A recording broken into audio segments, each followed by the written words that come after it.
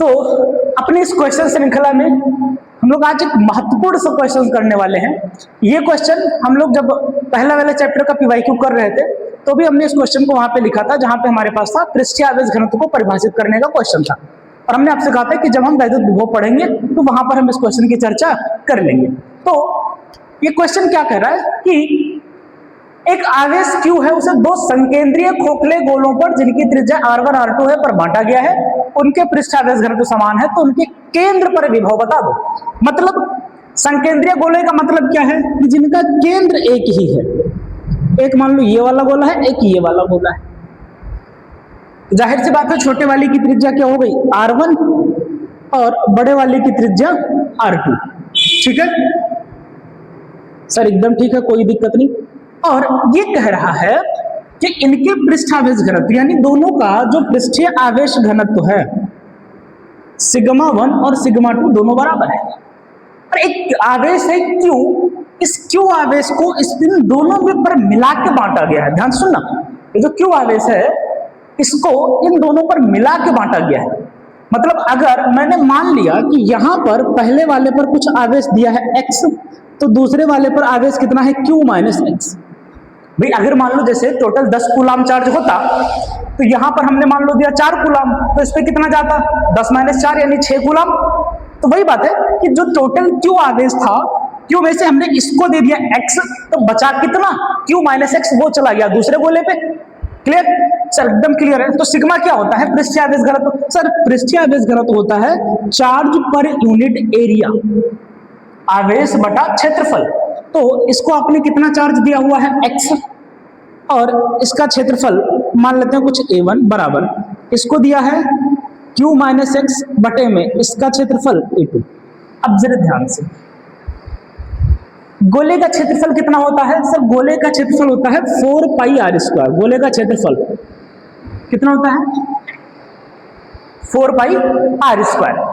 तो रखो यहां पर x डिवाइड में 4 पाई r1 का स्क्वायर बराबर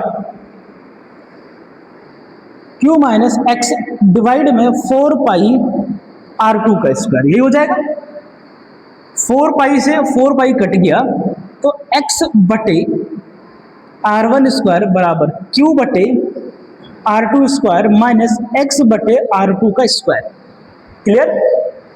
अब इसको मैंने अलग अलग कर लिया क्योंकि खाली आर स्क्वायर बचा था x को एक तरफ करने के लिए। ठीक है, x को इधर ले आओ तो ये बचेगा क्या, x बटे r1 का स्क्वायर प्लस x बटे r2 का स्क्वायर बराबर q बटे r2 का स्क्वायर। तो x कॉमन ले लो तो क्या बचेगा, तो 1 अपान आर स्क्वायर और बटे में 1 अपान r2 का स्क्वायर बराबर q बटे r2 का स्क्वायर। अब ये जो बाकी चीजों को पक्षांतर करके x का मान निकाल लो। ठीक है, ये हम मिटा दे रहे हैं, साइड में दिमाग में रखना है कि गोले का क्षेत्रफल होता है 4 पाई आर स्क्वायर। तो x की वैल्यू क्या आ जाएगी, तो यहां से आ जाएगा x बराबर q बटे r2 का स्क्वायर। अब बहुत ध्यान से देखना क्या बचेगा। यहां पे मैं एक स्टेप बढ़ा देता हूं, x इंटू यह इधर चला जाएगा सर r2 का स्क्वायर प्लस r1 का स्क्वायर डिवाइड में r1 square into r2 square. यही आएगा, बोलो हाँ कि नहीं, है ना। अब जब ये इधर जाएगा तो नीचे वाला कहां चला जाएगा, ऊपर, और ऊपर वाला आ जाएगा नीचे। ये होगा तो ठीक है, इसको इसके साथ भेजोगे और ये आ जाएगा नीचे वाले के साथ, तो ये हो जाएगा q इंटू में ऊपर आ जाएगा r1 square r2 square divide में r1 स्क्वायर प्लस में r2 का स्क्वायर। इससे ये निपटा दो तो x का मान आ जाएगा q इंटू r1 स्क्वायर बटे में ये x का मान आ गया, यानी इतना चार्ज इस पे है। दूसरा अच्छा एक काम और करना है, x आपने माना है तो हमने जो माना है उसमें तो जवाब दे नहीं सकते, जवाब उसमें देना है जो हमें क्वेश्चन में दिया गया है। ठीक है, तो इसके लिए अब आप क्या करोगे, इस पर नेट पोटेंशियल केंद्र पर विभव, तो जाहिर सी बात है कि केंद्र पर जो कुल विभव होगा वो v बराबर क्या हो जाएगा, v1 प्लस दोनों गोलों के कारण होगा, ठीक है। तो v बराबर लिखो जरा, पहले वाले के कारण 1/4πε0 q बटे आर स्क्वायर, यही होता है। तो पहले वाला कौन सा बोला है? छोटा वाला। छोटा वाले पे चार्ज कितना है? छोटे वाले पर चार्ज है x। कितना चार्ज है? x। और उसके रेडियस कितना है? r1 का स्क्वायर प्लस दूसरे वाले के लिए 1/4πε0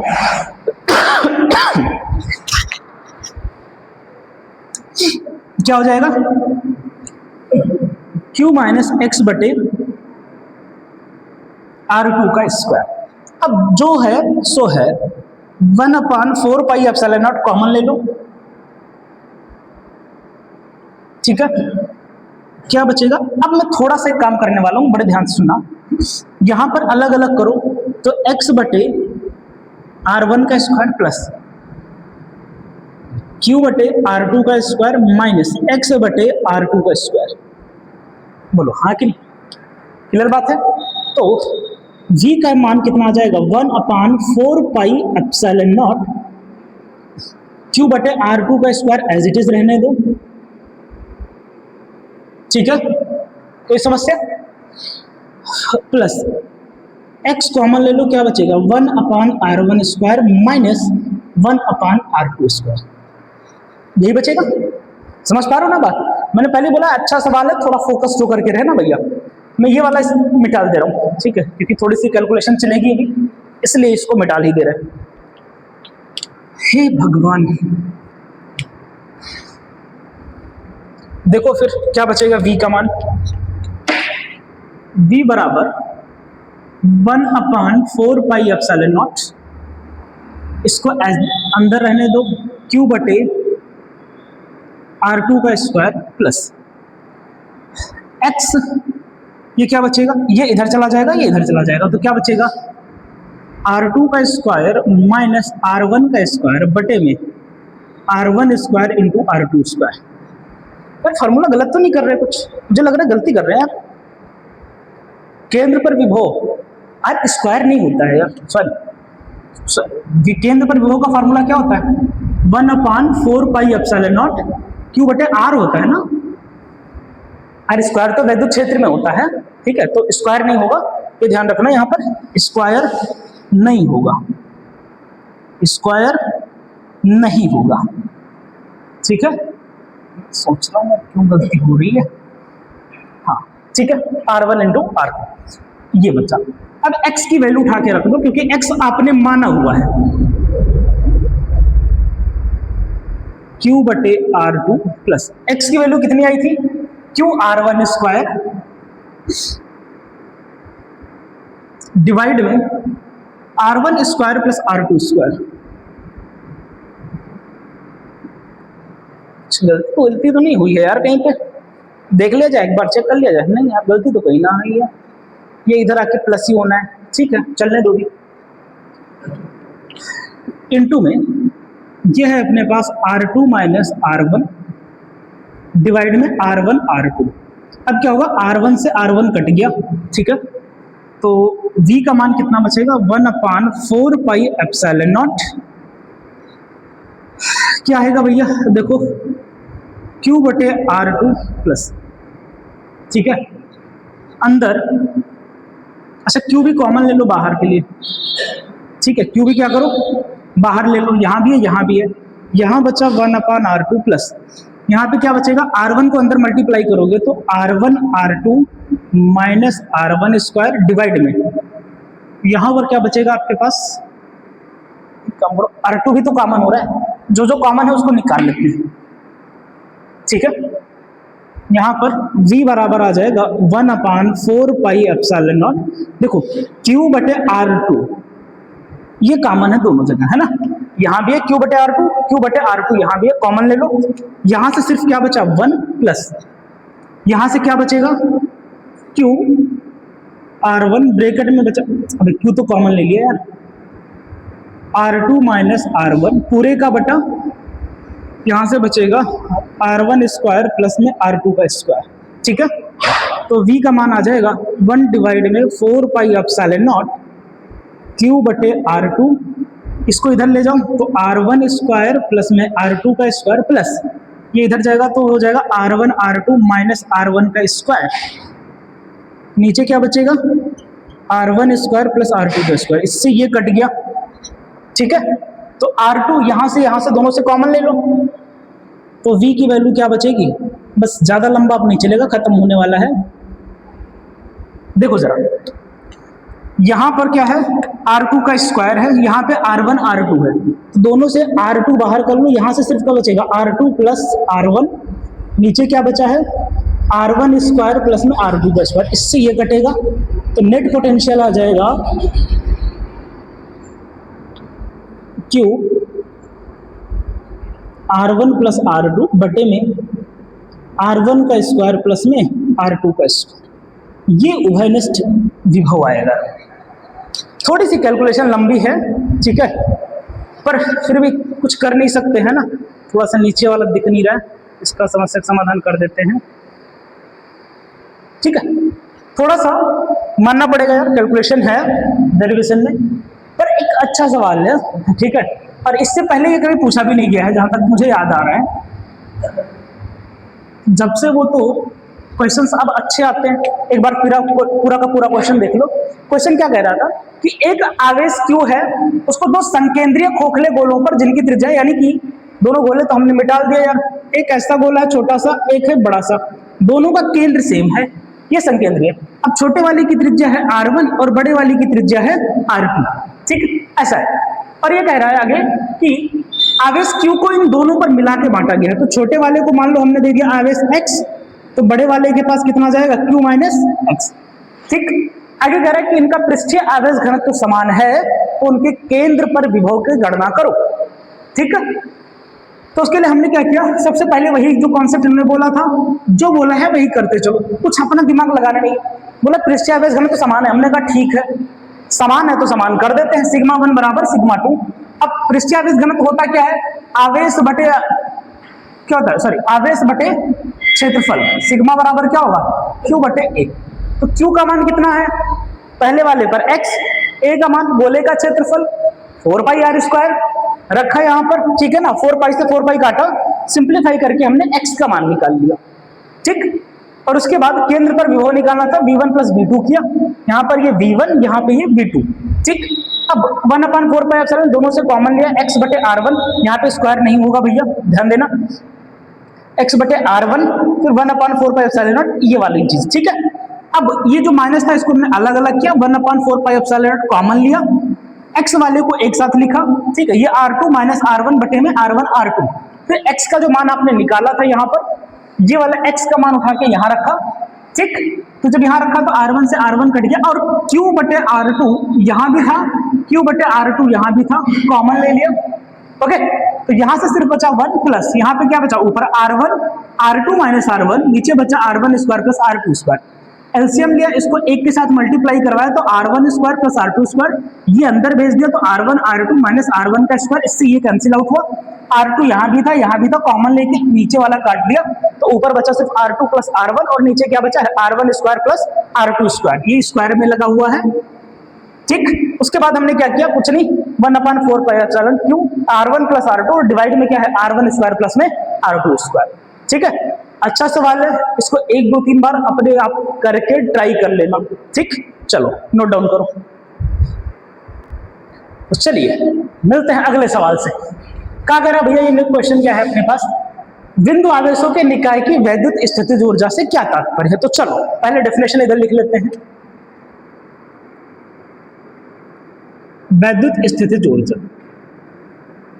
कोई बताओगे डेफिनेशन क्या होती है?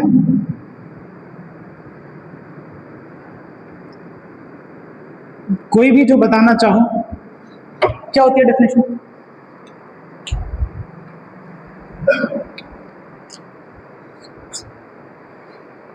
और कोई नहीं, क्या होती है? चलो लिखते हैं,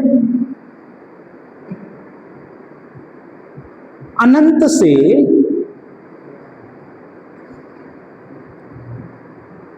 आवेशों को लाकर निकाय की रचना करने में किया गया कार्य निकाय की रचना करने में किया गया कार्य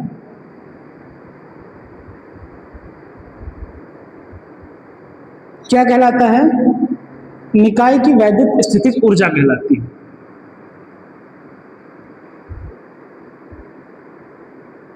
सिंपल सा छोटी सी डिफिनेशन है, वैद्युत स्थितिज ऊर्जा कहलाती है।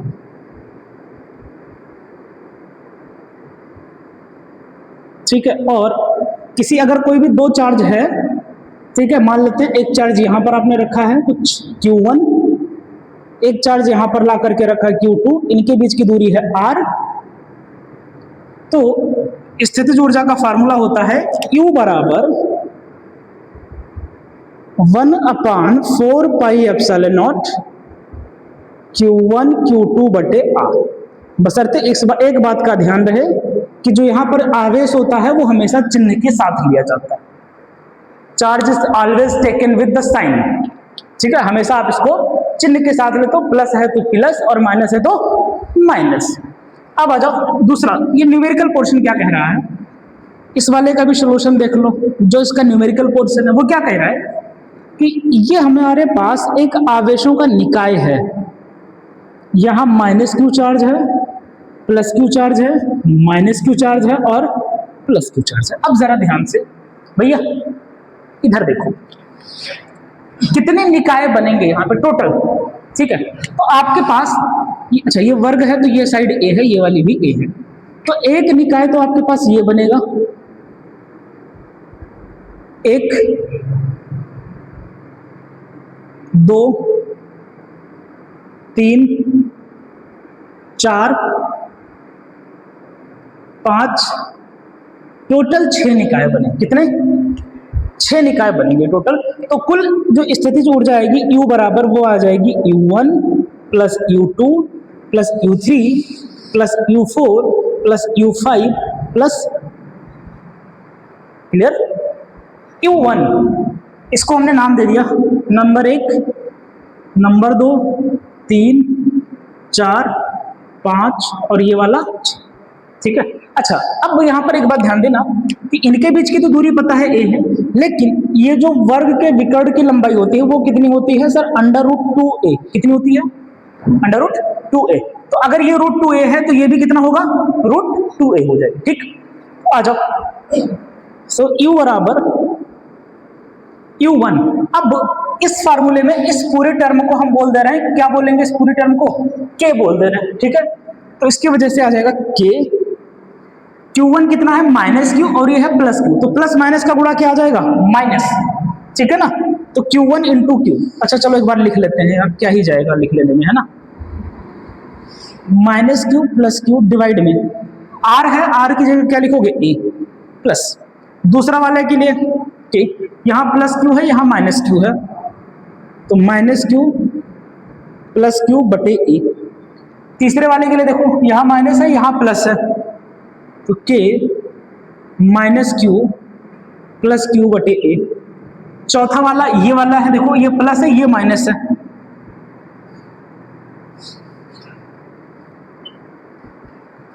पांचवा ये वाला है, दोनों प्लस प्लस है, तो K Q इंटू Q बटे में √2a। और छठा वाला दोनों माइनस माइनस है, तो K माइनस Q अपान में √2a। 6 के 6 लिख लिया हमने। अब जरा आप यहाँ पे ध्यान से देखो, ये भी सेम, ये चारों सेम लिखे हुए हैं। सब क्या है? माइनस के क्यू स्क्वायर बटे ए, माइनस के क्यू स्क्वायर बटे ये, माइनस के क्यू स्क्वायर बटे ए, माइनस के क्यू स्क्वायर बटे ये, तो ये आ जाएगा माइनस का 4k क्यू स्क्वायर बटे ए। बोलो कोई दिक्कत? आगे बढ़ो, इन दोनों के लिए देखो माइनस माइनस ये भी प्लस हो जाएगा, तो ये क्या लिखा हुआ है? के क्यू स्क्वायर बटे √2a। ये भी सेम चीज लिखी हुई है, तो इसको 2 से गुणा कर दे। देखो ये सेम लिखा है ना, के क्यू स्क्वायर बटे √2a, के माइनस माइनस प्लस हो गया, ये भी के क्यू स्क्वायर बटे √2a, दोनों सेम लिखा था इसलिए 2 बार लिख लिया। अब यहाँ पे जो कॉमन है उसको कॉमन ले लो। किसको कॉमन ले ले सर? इसको काट दो तो ये बचेगा माइनस का 4k क्यू स्क्वायर बटे a प्लस का √2k² a। तो u बराबर आ जाएगा k² कॉमन ले लो, यहां से बचेगा √2 और यहां से बचेगा -4, है ना। यहां से बचा √2 -4, ये तुम्हारा एनर्जी आ जाएगी। बोलो कोई सवाल में कोई दिक्कत थी क्या? आसान था ना। Compare that. अब ये वाला और जो अपने पिछला वाला सवाल किया, दोनों अथवा में करके रहा था। दोनों क्या है? अथवा में करके, या तो वो वाला करो या तो ये वाला करो। अब मुझे लगता है दोनों उतना मुश्किल नहीं है, उसमें कैलकुलेशन थोड़ी ज्यादा थी, इसमें थोड़ा दिमाग ज्यादा लगाना था, बस इतना अंतर है। ठीक, तो उम्मीद करते हैं हो जाएगा यार। चलो फिर छापो इसको। ठीक है, तो देखो ये इसलिए कर रहे हैं ना, क्योंकि जब आप ये सारे क्वेश्चंस एक जगह लिखते चलोगे ना, तो आपके पास धीरे धीरे करते करते करते करते 10 दिन 15 दिन 20 दिन करने के बाद आप देखोगे आपका अपने आप में एक क्वेश्चन बैंक तैयार हो जाएगा। फिर जरूरत ही नहीं अवतार, क्वेश्चन बैंक, विद्या ये सब लेने की। ठीक है, सारे क्वेश्चन का कलेक्शन आ जाएगा। और इससे आपका देखो, इसीलिए मैं सारे एक एक क्वेश्चन करवा रहा हूँ, भले ही पढ़ाते वक्त डेरिवेशन वगैरह सब करवा चुके हो, पर फिर भी हम कर रहे हैं इसलिए कि आपका रिवीजन होता रहे। क्योंकि जब आप एक क्वेश्चन की बुक बना लोगे ना, क्वेश्चन की एक नोटबुक बढ़िया प्रॉपर तरीके से, तो वो आपके लिए हमेशा कामगिर रहेगी। और इनसे बाहर नहीं आने वाली चीजें, बस यही सब आएगा और क्या ही पूछ लेगा। आप अगर देखो ध्यान से तो लगभग लगभग पूरा का पूरा चैप्टर कवर हो जा रहा है। जब हम एक सेट कर रहे हैं खाली एक साल के करने में, 2025 हमने किया, क्या लगभग कोई टॉपिक ऐसा लग रहा है जो छूटा है? सातों सेट मिला के कहीं ना कहीं से क्वेश्चन आ ही चुके हैं, तो पूरा सिलेबस कवर होता चल रहा है अपना। तो फोकस बनाए रखो और चीजों को रेगुलर बेसिस पर इसकी एक नोट्स बना लो, क्वेश्चन की कॉपी बना लो, आपके लिए हेल्प होगी। तो आ जाओ फिर इसको सॉल्व करते हैं। बढ़िया क्वेश्चन है। ये क्या कह रहा है, बहुत ध्यान से सुनना, कि यार एक गोली है, इसका द्रव्यमान कुछ है, द्रव्यमान मान लेते हैं m है, m का मान तुम्हें दे रखा है 3.2 × 10⁻⁻15 किलोग्राम। इतने द्रव्यमान की एक गोली है यहाँ पे रखी है। ठीक है, अच्छा, आविष्ट का मतलब होता है आवेशित। आविष्ट का मतलब क्या है? आवेशित। ठीक है, और स्थिर अवस्था में है, मतलब ये कहीं जा नहीं रही है। अब जरा ध्यान से सुनना, इस पे फोर्स लग रहा होगा? हाँ सर, बिल्कुल लग रहा होगा। कौन सा फोर्स? सर अगर ये गोली यहाँ रखी हुई है तो इसका वेट नीचे लग रहा होगा, ये बात श्योर है। इसका वेट किधर लग रहा होगा? इसका भार तो हमेशा नीचे लगता है। अब इसका मतलब इस पर कोई ना कोई एक बल ऐसा है जो ऊपर की दिशा में लग रहा है, अन्यथा ये क्या आ जाती? नीचे आ जाती कि नहीं? तो स्थिर अवस्था में कैसे रहती? अच्छा, स्थिर अवस्था में तो ऊपर कौन फोर्स लगा रहा होगा? सर ऊपर जो फोर्स लगा रहा होगा, ये वाली प्लेटें लगा रही होंगी, कुछ ना कुछ इलेक्ट्रिक फोर्स इधर लग रहा होगा। ठीक है, अच्छा, इस पे चार्ज हमें निकालना है, चार्ज की हमें गणना करनी है, क्योंकि जब हमारे पास Q आ जाएगा तभी हम N निकाल पाएंगे, Q बराबर NE से। तो जरा एक बात मैं सिर्फ एक छोटा सा चीज में पूछना चाहता हूँ, ये जो पॉइंट है या जो ये गोली है, इस गोली पर कैसा आवेश होना चाहिए, प्लस का या माइनस का? क्योंकि ये सवाल तुमसे पूछ रहा है ना कि गोली पर सामान्य से इलेक्ट्रॉन कम होंगे या ज्यादा होंगे। कम होने का मतलब है धनावेशित। ठीक है, क्योंकि इलेक्ट्रॉन का त्याग कर दिया ना, तब तो इलेक्ट्रॉन कम हुआ है। तो इलेक्ट्रॉन कम होने का मतलब ये धनावेशित है, इलेक्ट्रॉन अधिक होने का मतलब इलेक्ट्रॉन ले लिया तो ये ऋणावेशित है। तो पहले ये बात मुझे बताओ आप कि क्या लगता है, ये धनावेशित होगी कि ऋणावेशित होगी?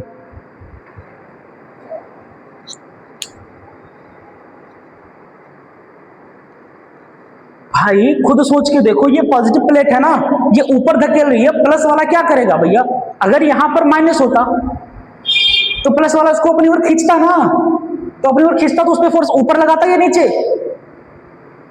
पर नीचे लगा था ना, इसका मतलब ये माइनस तो नहीं है, इसको रिपेल कर रहा है। रिपेल कर रहा है मतलब ये कैसा है? पॉजिटिवली है। कैसा है ये? और प्लस से इसका मतलब इस पे इलेक्ट्रॉन की कमी है। अब कितने इलेक्ट्रॉन की कमी है वो कैलकुलेट कर लेते हैं। तो इस पे जितना फोर्स ऊपर की तरफ लग रहा है Fe, उतना ही फोर्स क्या लग रहा होगा? नीचे की तरफ Mg लग रहा होगा। ठीक, तभी तो ये यहाँ पे रुका हुआ होगा, क्योंकि एक भी तरफ का फोर्स ज्यादा, अगर ऊपर वाला ज्यादा तो ऊपर चला जाएगा, नीचे वाला ज्यादा तो नीचे चला जाएगा। सब बिल्कुल सही बात कर रहे हो आप। तो जो इलेक्ट्रिक फोर्स, अच्छा, जब कोई भी चार्ज पार्टिकल वैद्युत क्षेत्र में रखा होता है तो उस पर लगने वाला जो फोर्स है वो क्या होता है? F बराबर Q इंटू E, ये होता है। और बराबर क्या है? mg। और E क्या होता है? सर E बराबर होता है पोटेंशियल डिफरेंस बटे में डिस्टेंस। पोटेंशियल डिफरेंस कितना है इन दोनों प्लेटों के बीच में? 1000 वोल्ट। कितना है पोटेंशियल डिफरेंस प्लेटों के बीच? कितना है सर? V का मान है 1000 वोल्ट, ठीक है, और उनके बीच की दूरी कितनी है? 2 सेंटीमीटर। तो D का मान आ जाएगा 2 गुणे 10 की घात -2 मीटर, ठीक है। तो आपके पास E का मान भी पता है, तो अब रखो वैल्यूज। अच्छा, Q बराबर क्या होता है sir? N into E, capital E बराबर mg। N का मान हमें निकालना है mg बटे E इंटू में कैपिटल E। फटाफट आप लोग भैया वीडियो पॉज करो, वैल्यूज रखो और इसको कैलकुलेट करके बताओ N का मान कितना आ रहा है। चलो करो फटाफट। तो चलो देखो क्या आएगा। तो E का मान यहां से निकाल लो चाहो तो, या चाहो तो V बटे D यही रख दो। तो E बराबर क्या होगा? V बटे D। V कितना है? 1000। 1000 का मतलब 10 की घात 3, या इसको ऐसे लिख लेते हैं 1000 बटे 2 गुणे 10 की घात -2। तो ये आ जाएगा 500 गुणे 10 की घात, ये ऊपर जाकर के प्लस हो जाएगा, तो ये कितना बचेगा? 5 गुणे 10 की घात 4। ये आ गया तुम्हारा E का मान। इसको अब सारी वैल्यूज रख दो यार, यहाँ पे क्या ही दिक्कत है, ठीक है। तो N बराबर M कितना दिया हुआ है? भगवान का नाम लो तो 3.2 गुणे 10 की घात -15। G का मान 10 होता है ना, गुरुत्वाकर्षण, G का मान 10। E का मान 1.6 गुणे 10 की घात -19, और E का मान आ गया है 5 गुणे 10 की घात 4। तो चलो 16 दूना 32, ये बचेगा। देखो 10 दूना 20, ठीक है। ऊपर देखो 10 दूना 20, ध्यान से देखना, देखते चलना एक बार। देखो गलती मत करना, मेरा कैलकुलेशन को ध्यान से देखना। दशमलव से दशमलव हटा, 16 दूना 32, ये कटा, 2 का 10 से गुणा किया 20 गुणे 10 की घात -15। नीचे कितना बचा? 5 गुणे -19 और +4, 10 की घात 15 आ जाएगा। देखो -19 + 4 तो -15 हो जाएगा ना। तो इससे ये कट गया, तो 5 चौक 20, यानी N का मान कितना आ गया? तो आपका जवाब क्या होगा कि भैया क्या हो जाएगा? 4 इलेक्ट्रॉन की कमी होगी। क्या होगा? उम्मीद करते हैं सबका आ रहा होगा, ठीक है। सवाल थोड़ा सा अच्छा था, 3 नंबर का सवाल है, 2024 में पूछा गया। चलो नोट डाउन कर लो, ठीक है। तो अगला क्वेश्चन आपको दिया हुआ है भैया, दिए गए परिपथ में क्या क्या निकालना है। आपको एक डायग्राम दिया हुआ है जहां पर 5 कैपेसिटर आपको इस तरीके से अरेंज करके दे दिया, 12 माइक्रोफैरड, 6 माइक्रोफैरड, 6 माइक्रोफैरड, 3 माइक्रोफैरड और 2 माइक्रोफैरड के, ये 5 कैपेसिटर आपको पकड़ा दिया है। और आपसे कह रहा है कि भैया सबसे पहला परिपथ की तुल्य धारिता ज्ञात करो, और 3 माइक्रोफैरड 2 माइक्रोफैरड यानी कि इस वाले पर और इस वाले पर कितना चार्ज होगा वो निकालो। ये 2 काम तुम्हें करना है। ये क्वेश्चन भी आपका 2024 का क्वेश्चन है, ठीक है। तो थोड़ा सा ध्यान से करना है, और ये मैं आप लोगों के लिए छोड़ दे रहा हूं भैया, इसको ये आपके लिए होमवर्क रहेगा। कल अपन यहीं से अपनी चर्चा उठाएंगे, ठीक है। तो चले मिलते हैं हम लोग अपनी अगली क्लास में।